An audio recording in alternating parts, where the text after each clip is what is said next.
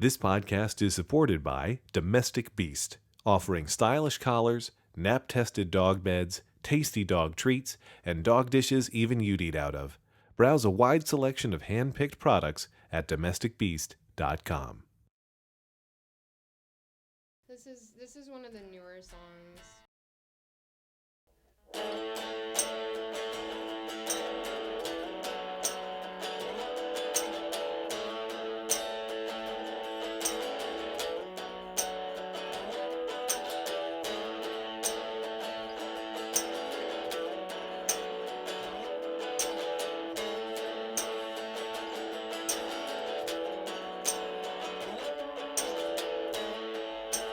Fear made its way all the way to the pain. Trembled and shook at the look on your face. All the blood in your veins, buried fast in your core. I thought you might faint for 3 minutes or more. No one cares what you're talking about. No one cares when you'll do nothing about it. Go ahead, it's just the rest of your life. You can do what you like. You can keep waiting till the right time. Do what you like.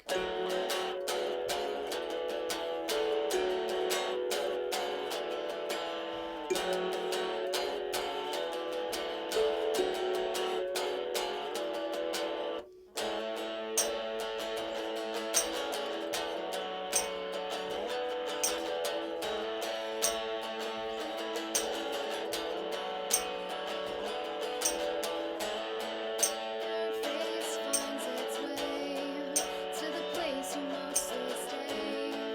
You will ask me several times to repeat the things I say. A signal it delays over the several hundred miles that it travels just to pass through you. No one cares what you're talking about. No one cares when you do nothing about it. Go ahead, it's just the rest of your life. You can do what you like. You can keep waiting till the right time.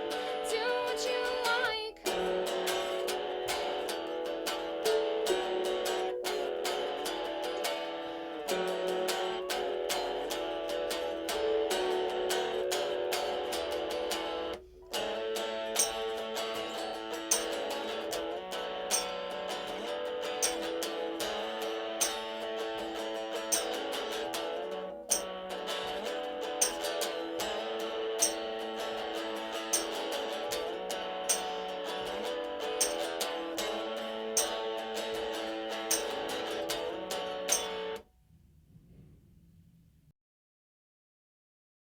Hi, and welcome to It Might Get Personal. Our guests today are Laura Dean and Jeremy Anderson, half of Tall Sheep.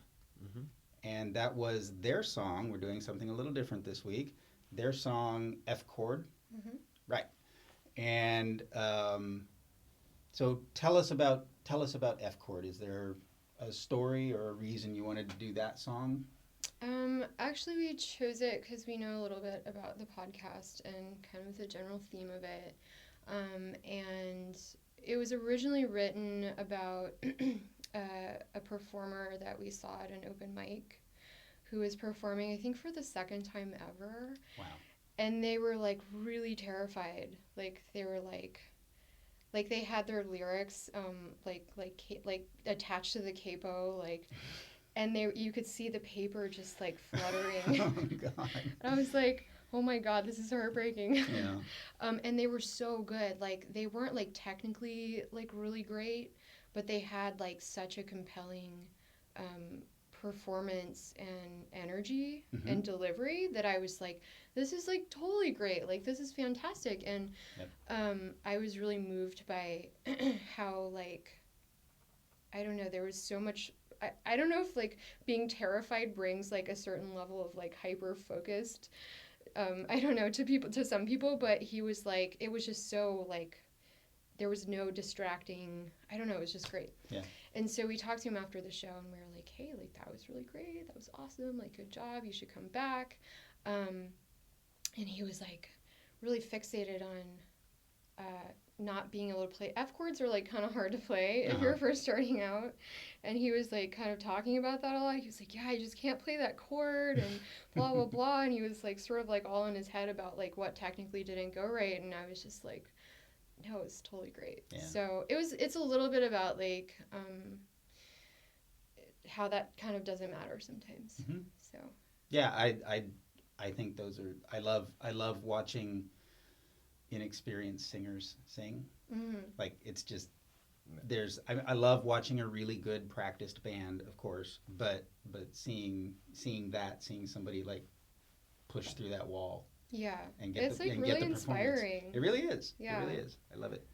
We're also like a really new band as well, and I'm on guitar, and I haven't played guitar in like 15 years, so I'm like still kind of like, you know, digging through the mess of how to like make all of my appendages work properly. And everyone in our band is on an instrument they've never played before. Oh wow.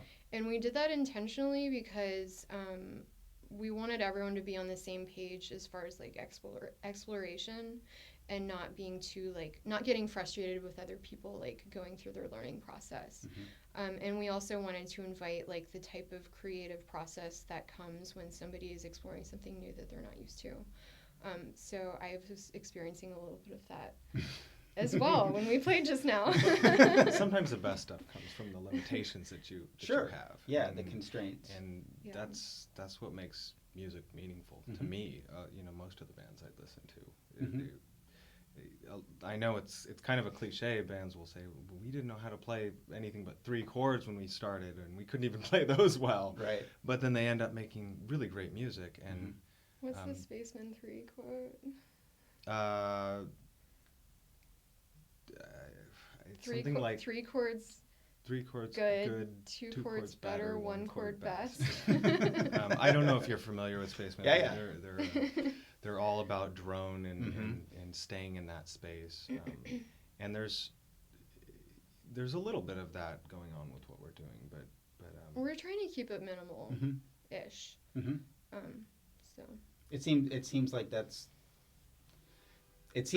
coming kind of back in vogue, but it might just be me paying attention to that, like noticing bands that are doing that, because it also seems like everything is in vogue again. You know, like we've reached this sort of point where all the music is popular with somebody. yeah. And there's Like not all really- these micro scenes, Right. and I mean, I think for sure, like obviously the internet has a lot to do with that, and it is kind of sad, I feel like, to see like when there wasn't as much accessibility, scenes within cities would develop and feel very like I grew up in Atlanta, Georgia, and I was kind of in the punk hardcore straight edge scene during that time.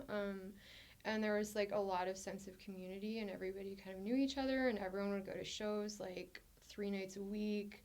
And I think there's something really great about that, because bands and like genres are able to like develop as a community, but there's also something really cool about like everyone having access to technology and everybody having access to these massive music libraries. And yeah, it's, you know, there's double-edged sword. Yep. And so speaking of constraints, let's talk about what you guys did with the song tonight, because I assume that you don't play kalimba on stage. We actually will. It's a new addition. It's going to be added. To our arsenal of Great. the standard, guitar and bass and drums. I normally play keyboard. Okay. So what I was doing tonight is obviously for this setup. But we are adding the kalimba. I think it adds some nice sound and resonance to some of the songs that are otherwise pretty straightforward. It's like an accent Yeah. to double parts and stuff Sure. like that. So. Sounded good.